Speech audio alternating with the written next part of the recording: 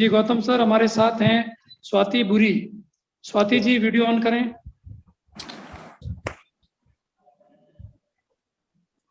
Hello. Hello, good evening sir. Good evening, how are you? Sir I am fine, thank you. Study कर रही हैं आप regular? जी sir. Study कर रही हैं तो इसीलिए आप जो है ना मॉक भी काफी रेगुलरली आप जो है यू अटेंड कर रही है मॉक, अच्छी बात है। I feel it good. Thank you sir.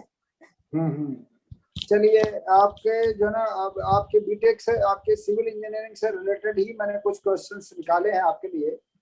ये एक पानी का उपचार या ट्रीटमेंट के लिए दूसरी अवस्था क्या कहलाती है? ट्रीटमेंट, पानी का ट्रीटमेंट किस तरह से करते हैं आप लोग, उसको क्या कहते हैं? मतलब सर पानी के ट्रीटमेंट में कई स्टेप्स होती हैं।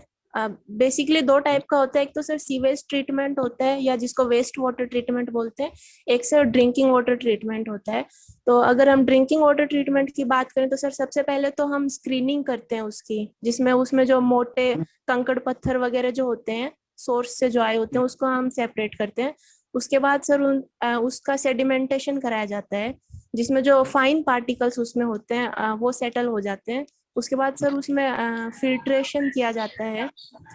फिल्टर में सर बाकी जो उसमें केमिकल और जो डिजोल्व्ड उसमें आयंस होते हैं, पार्टिकल्स होते हैं, वो सेपरेट हो जाते हैं। उसके बाद सर उसमें अदर अलग अलग स्टेप्स होते हैं सर। डिसइंफेक्शन के लिए हम क्लोरीनेशन यूज कर सकते हैं या फिर ओजोन गैस का यूज कर सकते हैं। इस तरह से सर कई स्टेप्स उसमें होती हैं।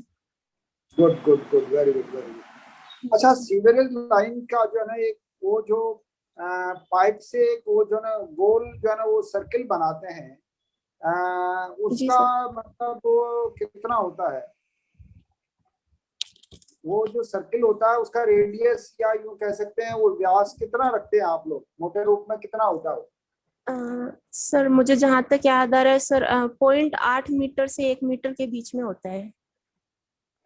एक 1.5 मीटर होता है, 1.5। जी जी सर। अच्छा, पानी को साफ करने, रंग निकालने या सस्ता सामग्री क्या मानते हो आप? सस्ती, सबसे सस्ती सामग्री जिसके की आधार पर आप उसका कलर वलर और थोड़ी बहुत उसकी गंदगी को आप जो है फिल्टर कर सके, वो ऐसी अपने घर पर लेवल पर क्या चीज मानते हो आप?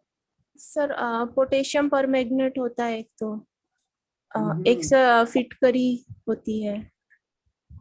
Good good good good good. 100 वर्ग मीटर की छत की के लिए लहरिया ऐसी सीटों को आप कितनी आवश्यकता होगी आपकी?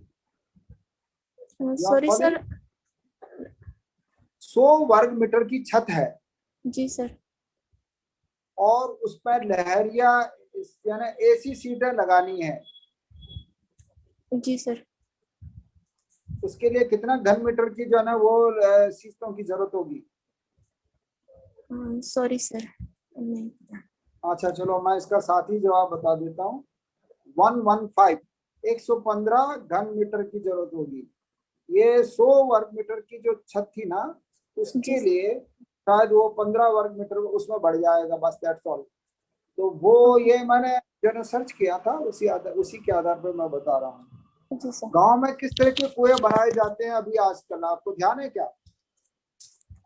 सर गांव में पहले जो होते थे वो ओपन वेल होते थे, जिसका डायमीटर ज्यादा हुआ करता था, और आजकल सर उनको ट्यूब वेल से रिप्लेस किया जा रहा है, जिसका डायमीटर बहुत ही कम होता है। आपने गांव देखा है? जी सर, मैं गांव में ही रहती हूँ। अच्छा, कौन सा गांव है आपका? सर मांडासी गांव। है? मांडासी। अच्छा, ये झुंझुनू से कितना दूर है? सर झुंझुनू हेडक्वार्टर से लगभग 20 किलोमीटर दूर है। अच्छा, you are speaking from this, जो आपके गांव से बोल रहे हैं आप अभी? जी सर। गुड। चलिए, आपने कहाँ से स्टडी की थी? आपने बीटेक कहाँ से, सिविल कहाँ से किया था आपने? सर मेरी सिविल इंजीनियरिंग हुई थी IIT BHU से। कहाँ से? IIT BHU। अच्छा, वेरी गुड। बीएचयू से किया आपने? जी सर। वेरी गुड, बहुत आई फील इट गुड कि कम से कम आप वहां तक स्टडी करने गए हैं, बहुत अच्छी बात है।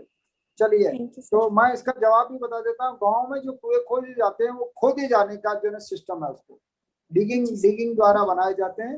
अब जी जो है सर। ना वो अब सिस्टम बदल गया है, लेकिन पुराने टाइम के कुएं सब खोदे गए, बना के खोद के बनाए गए।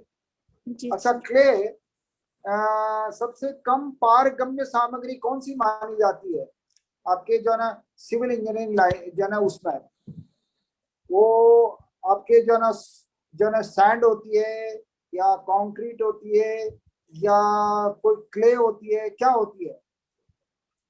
सर क्ले होती है, उसमें सबसे कम होती है फिल्ट्रेशन की रेट, क्योंकि उसके पार्टिकल्स बहुत ही छोटे होते हैं, इसलिए उनके बीच में वॉइड्स ज्यादा नहीं बन पाते हैं। और जो सैंड होती है उसके पार्टिकल्स बड़े होते हैं, तो उनके बीच में वॉइड्स ज्यादा बनते हैं, तो पानी आसानी से उसमें फिल्टर कर सकते हैं। Very good. चलिए, कारपेट एरिया किसे कहते हैं आप? सर कारपेट एरिया जो फ्लोर एरिया होता है टोटल, उसी को कहते हैं। उसमें कारपेट एरिया में शायद बाथरूम अ, आदि के क्षेत्रफल को निकाला जाता है। ओके सर, मैं बाथरूम श्योर उसमें शामिल नहीं होता। नहीं। जी sir. You are following? Yes sir. 8 lakh की जनसंख्या वाले शहर में पानी की प्रति व्यक्ति मांग कितनी होगी?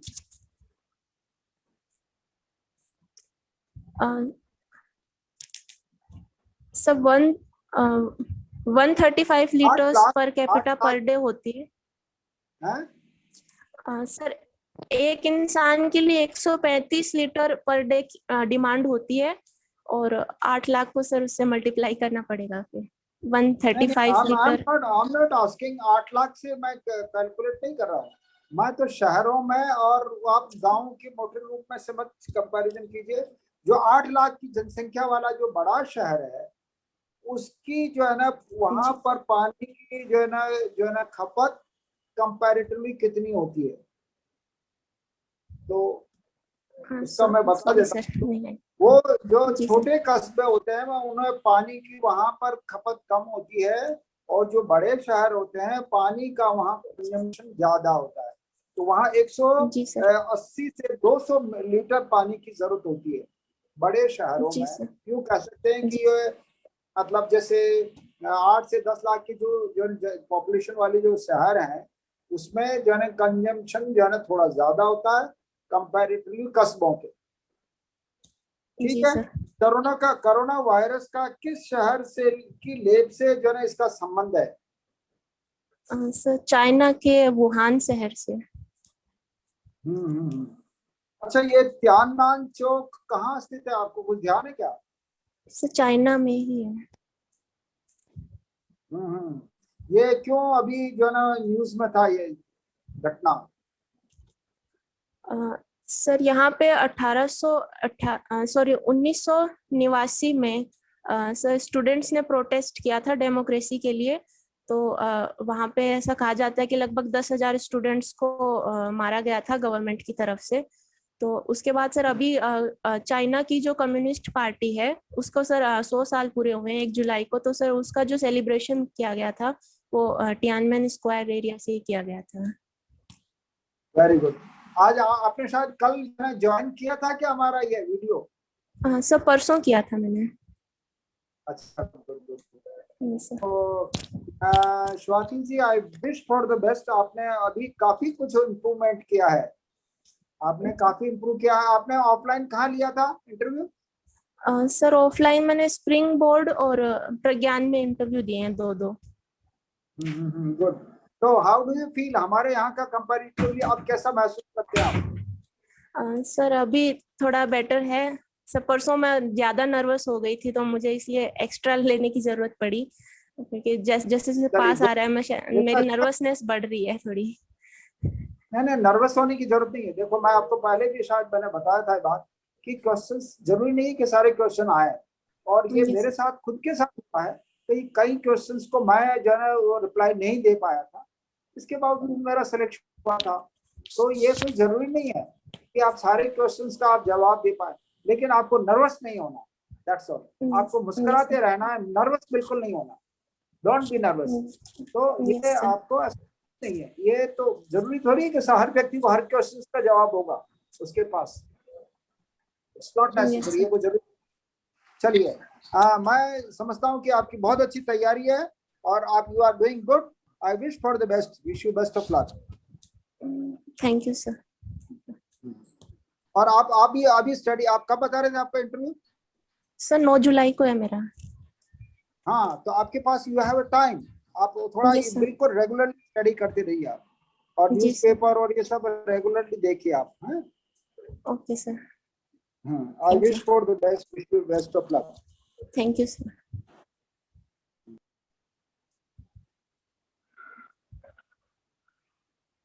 स्वाति जी सुन पा रहे हैं? Yes, sir. Good evening, sir. Good evening. Civil engineering किया है आपने, Yes, sir. ये 17 में कंप्लीट हो गया था ना? Yes, sir. आगे क्यों नहीं पढ़ाई की फिर आप? सर तब से मैं प्रिपरेशन कर रही हूँ सिविल सर्विसेज एग्जाम्स की। अच्छा, मुझे ये बताइए, सबसे पुराने इंजीनियर किसे माना जा सकता है?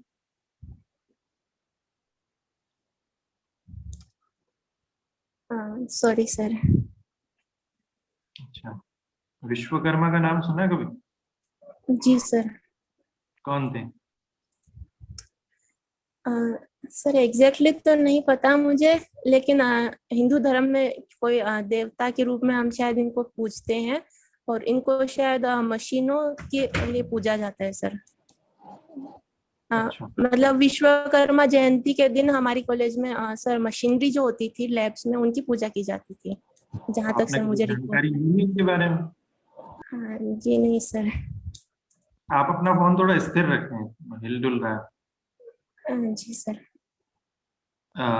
इंजीनियर्स डे कब मनाया जाता है?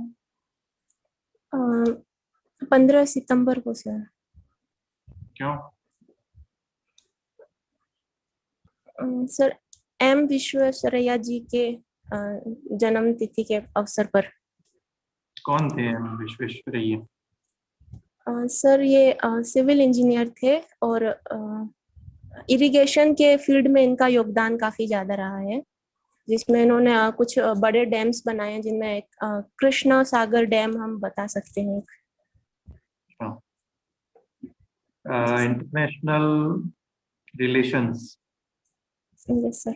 अच्छा, एक अभी आपने पढ़ा होगा न्यूज में कि तालिबान का भी वर्चस्व वापस बढ़ने लगा अफगानिस्तान में, और यस सर। अमेरिकी सेना, नाटो सेनाएं वापस लौट रही।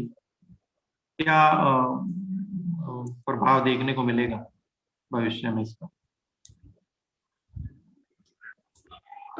सर तालिबान का वर्चस्व बढ़ने से एक तो सर वहाँ पे जो एक्सट्रीम रिलीजियस फैक्टर वो डोमिनेट करेगा, और उसके अलावा सर लोकल पॉपुलेशन पे हम बात करें तो सर विमेंस के राइट काफी प्रभावित होंगे उसमें, और उसके अलावा सर रीजन में अनस्टेबिलिटी आएगी, जिसका इम्पैक्ट सर आसपास के स्टेट्स में कंट्रीज में पड़ेगा, और स्पेशली सर इंडिया के जम्मू कश्मीर रीजन में उसके टेररिज्म बढ़ने का काफी खतरा रहेगा।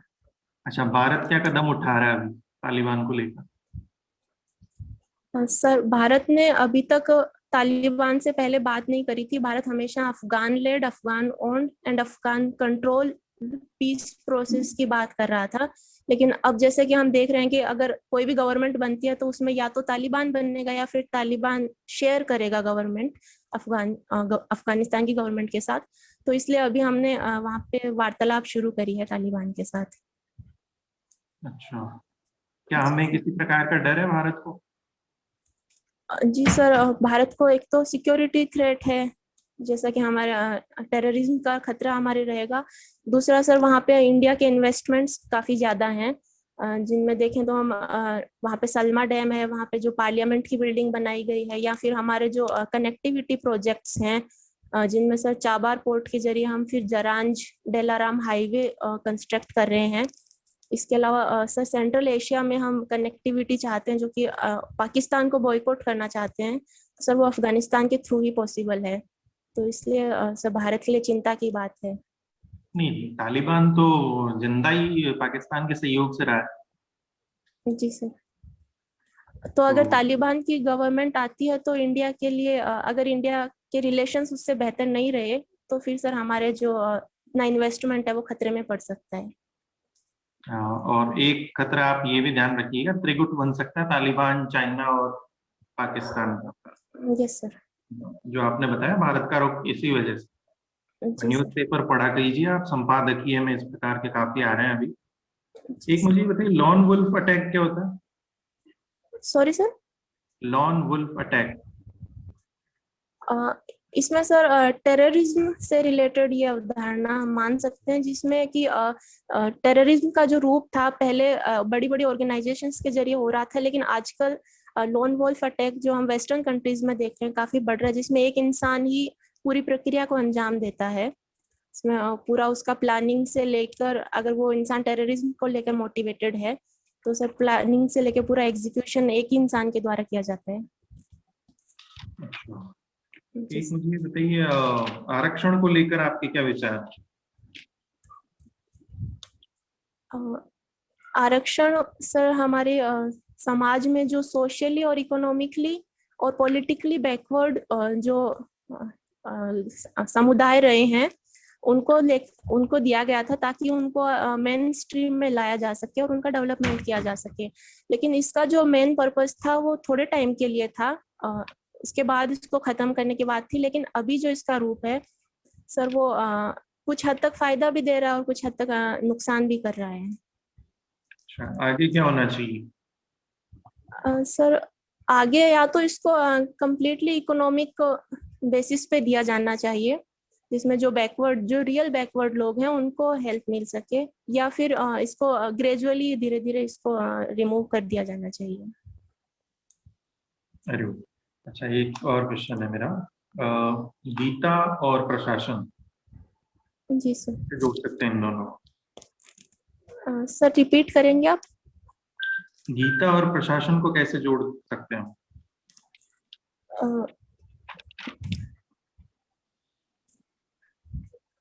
गीता जो है सर वो हमें निष्काम कर्म के लिए सलाह देती है, जिसमें है कि आप कर्म करो और फल की चिंता मत करो।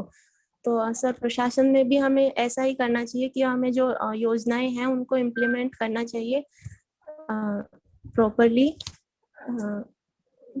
ठीक। अच्छा, बुक रीडिंग को लेकर एक क्वेश्चन है लास्ट। जी सर। कौन सी बुक पढ़ी है हाल ही में आपने? सर मैंने गोन विद द विंड बुक पढ़ी है अभी। जी, गोन विद द विंड, क्या मार्गरेट मैसेज मिशेल मिलता है? की बुक। क्या सर? क्या मैसेज मिलता है इसमें? सर ये अमेरिका के सिविल वॉर पे बुक है, जो 1860s में जो वॉर हुआ था जिसमें स्लेवरी को खत्म किया गया था बेसिकली, और अफ्रीकन अमेरिकन को इक्वलिटी का राइट, वोटिंग राइट्स दिए गए थे। तो सर इसमें एक इसके जो पात्र हैं वो एक महिला है, और जो एक जो वाइट है बेसिकली और काफी रिच है, लेकिन वो अपना सब कुछ खो के और इस काफी स्ट्रगल के बाद वो फिर से अपने उस मुकाम पे आते हैं। तो एक तरह से सर ये निडरता और साहस की कहानी बताती है। Very good. स्वाति जी देखिए, आप घबरा रही हैं बेवजह, ठीक है? आपका बायोडेटा है, वहां से आपके क्वेश्चंस ज्यादा होंगे। आपका फील्ड जो है सिविल इंजीनियरिंग, उस पे आपको काफी अच्छा नॉलेज है। और अगर आप ऐसा सोचती हैं कि मुझे ये राजस्थान के बारे में कम पता है या और जनरल अवेयरनेस कम है, तो थोड़ा जो सामान्य आपने पढ़ा है प्री और मेंस में, वो नॉलेज काफी है, ठीक है, सामान्य प्रश्नों के लिए। आप अभी फोकस कर सकते हैं, जैसे करंट इश्यूज हैं उन पे फोकस कर सकते हैं। आपने हॉबी भी वही लिखी, तो आप मान के चलिए आपके इंटरव्यू के प्रश्न वहीं से होंगे, ठीक है? एक तो आपका ग्रेजुएशन जो सब्जेक्ट्स हैं, ठीक है, फील्ड रहा है उससे, और दूसरा हॉबीज से, ठीक है, और तीसरा करंट अफेयर। बचा क्या? राजस्थान से इक्का दुक्का प्रश्न पूछ भी ले झुंझुनू से, तो सामान्य जानकारी तो है ही आप, ठीक है, तो नर्वस होने की आवश्यकता नहीं है। बहुत अच्छा आपने बताया। मैंने आज जितने भी प्रश्न पूछे आपने काफी अच्छे आंसर्स दिए उनके, और बिल्कुल आप अच्छा प्रदर्शन करेंगी ये मान के चलिए, ठीक है? नर्वसनेस को निकालिए आप, ठीक है? आप खुद को ऐसे थोड़ा कमजोर फील कर रही हैं, कम मान रही हैं, ऐसा कुछ नहीं है, ठीक है? हमने जो पिछले मॉक में देखा और आज देखा उससे काफी सुधार देखने को मिला आज। ठीक है, तो आप मान के चलिए आप अच्छा प्रदर्शन कर रही हैं और मुख्य साक्षात्कार में भी अच्छा प्रदर्शन करेंगे आप। शुभकामनाएं। Thank you sir. जी जी Swati ji, good evening sir. Good evening. अच्छा ये बताइए कि सर्वेंट्स ऑफ इंडिया एक पुस्तक है, सर्वेंट्स ऑफ इंडिया, ये पुस्तक Yes, किसकी sir. है? सॉरी सर, मुझे आइडिया नहीं है। अच्छा, गांधी जी के गुरुजी कौन थे? गोपाल कृष्ण गोखले। ये उनकी पुस्तक है। जी सर। अच्छा बताएं, गांधी भारत कब आए थे? सर 1915 में आए थे, 9 तारीख? जनवरी। Good good. 9 जनवरी को क्या मनाया जाता है? सर प्रवासी भारतीय दिवस मनाया जाता है। ओके, कितने प्रवासी भारतीय दिवस हो चुके हैं? Sorry sir. ओके। अच्छा, बिरसा मुंडा के बारे में बताइए। सर बिरसा मुंडा बिहार एरिया से बिलोंग करते थे और उन्होंने जो आदिवासी आंदोलन किया था, उनके आंदोलन का नाम उलगुलान आंदोलन उसको बोलते हैं सर। राइट। सर 1890s में किया था सर, एग्जैक्टली मैं याद नहीं कर पा रही हूँ, 1899 शायद, मुझे यहाँ तक याद आ रहा है। उसमें मुंडा अपराइजिंग हुई थी। और sir Communist Party of China जी सर, की स्थापना कब हुई थी? सर 1 जुलाई 1921 को हुई थी। और भारतीय कम्युनिस्ट पार्टी की? सर 1924 में हुई थी, जहाँ तक मुझे याद आ रहा है। ओके, ये 1920 में हुई है ना भारतीय कम्युनिस्ट पार्टी? सर कब हुई थी? 1920 में। अच्छा, ओके सर। अच्छा ये बताएं कि कम्युनिज्म होता क्या है? सर कम्युनिज्म एक पॉलिटिकल और इकोनॉमिक फिलोसफी हम मान सकते हैं, जो कार्ल मार्क्स के द्वारा दी गई थी। और उसमें ये होता है कि जो वर्किंग क्लास होती है वो पूरे जो पॉलिटिकल सिस्टम और जो इकोनॉमिक सिस्टम है उस पे अधिकार कर लेती है और उसको इक्वली सब में डिवाइड किया जाता है। खूनी क्रांति। Sorry sir. रक्त क्रांति, खूनी क्रांति, ये क्या है? सॉरी सर, मुझे नहीं पता। कम्युनिज्म से रिलेटेड है? सॉरी सर, मुझे ध्यान नहीं अभी। ओके। अच्छा एक और होता है वर्ड, इसी से कंपैरिजन करते हैं कई बार, वो है कैपिटलिज्म, पूंजीवाद। Yes sir. बता सकते हैं क्या होता है पूंजीवाद? सर पूंजीवाद एक इकोनॉमिक फिलोसफी है जिसमें जो मार्केट होता है वो फ्री मार्केट होता है और उसमें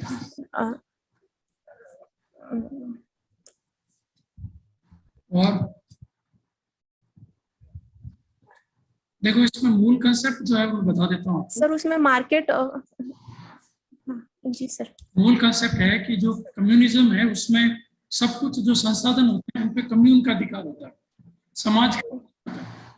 तो वहाँ निजी प्रॉपर्टी को, प्राइवेट प्रॉपर्टी को एक्सेप्ट नहीं किया जाता, जबकि कैपिटलिज्म है वो पूंजी निजी संपत्ति को स्वीकार करता है।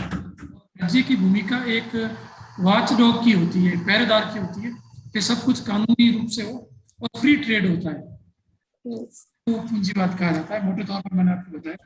दादा भाई नौरोजी के बारे में दादा भाई नौरोजी बताइए। दादा भाई नौरोजी एक इकोनॉमिक रिफॉर्मर और पॉलिटिकल लीडर थे और इंडियन नेशनल कांग्रेस में उनका काफी योगदान रहा है। इसके अलावा सर उन्होंने theory of drain of wealth दी है सर। बिल्कुल, ये इनका मेन का जो रिसर्च है वो यही है। जी सर, का सिद्धांत इन्होंने दिया। जी बताएं कि ये कांग्रेस को गंदी चीज और देशद्रोही संगठन किसने कहा? सॉरी सर, मुझे नहीं पता। कर्जन ने कहा है, लॉर्ड कर्जन ने। Thank you sir. अच्छा ये बताएं कि भारतीय राष्ट्रवाद का उत्प्रेरक किसको कहा जाता है? भारतीय राष्ट्रवाद को उभारने वाला व्यक्ति, उत्प्रेरक। सर लाला लाजपत राय को कहा जाता नहीं, वो है। फॉरेनर है, वो एक अंग्रेज है। Sorry sir. अच्छा कर्जन ही है वो, ना? सर, क्योंकि कर्जन ने इतना ओके दमन किया कि भारतीय लोग राष्ट्रवाद के लिए जागृत हो गए। थैंक यू ये सर। सूरत में कांग्रेस का विभाजन हुआ, यस सर, कब हुआ? 1907 में। कारण? सर जो एक्सट्रीमिस्ट और जो मॉडरेट्स थे उनकी विचारधारा में अंतर आ गया था, और जो स्वदेशी आंदोलन उस टाइम जो चल रहा था उसमें उसकी जो प्रोसेस थी सर, उसको लेकर बेसिकली डिफरेंस आया था, जिसमें जो गरम दल था वो उसको आंदोलन को बंगाल से बाहर बढ़ाना चाह रहा था, लेकिन नरम दल था उसको सिर्फ बंगाल तक सीमित रखना चाह रहा था। Good answer. अच्छा ये बताइए कि होम रूल आंदोलन क्या था? सर होम रूल आंदोलन 1916 में शुरू किया गया था, और दो अलग अलग व्यक्तियों के द्वारा था। एक तिलक के द्वारा था और दूसरा एनी बेसेंट के द्वारा था। और अच्छा, होम रूल कांसेप्ट क्या है? होम रूल का अर्थ क्या है? सर ये बेसिकली डोमिनियन स्टेटस की डिमांड थी इंडिया के लिए। क्या होता है मतलब डोमिनियन स्टेटस? स्वदेशी क्या होता है? स्वदेशी डोमिनियन स्टेटस क्या होता है? सर जैसे हमारा देश एक कॉलोनी था, ब्रिटिश कॉलोनी था, तो जो पॉलिसीज थी वो बेसिकली ब्रिटेन की पार्लियामेंट हमारे लिए बनाती थी। तो स्वदेशी आंदोलन या जो होम रूल है उसमें ये था कि जो पॉलिसीज हैं वो एक लिमिटेड फॉर्म में हमारे देश के लोगों के द्वारा बनाई जा सके ओवरऑल। राइट। देखिए डोमिनियन स्टेटस की मांग थी। स्वराज का मतलब होता है, या डोमिनियन स्टेटस का मतलब होता है कि जो मुख्य 5-6 विषय हैं जो वो अंग्रेजों के पास रहेंगे, बाकी पूरी सारे शासन भारत के पास रहेगा। इसको डोमिनियन दर्शाता है, इसकी मांग थी। बहुत अच्छा स्वाति, आपको आधुनिक भारत के जो मुख्य संकल्पना है, कंसेप्ट है, वो आपको काफी हद तक जानकारी है। आई होप आप बहुत अच्छा करके आओगे। All the best. Thank you sir. आपको। Thank you sir. जी गौतम।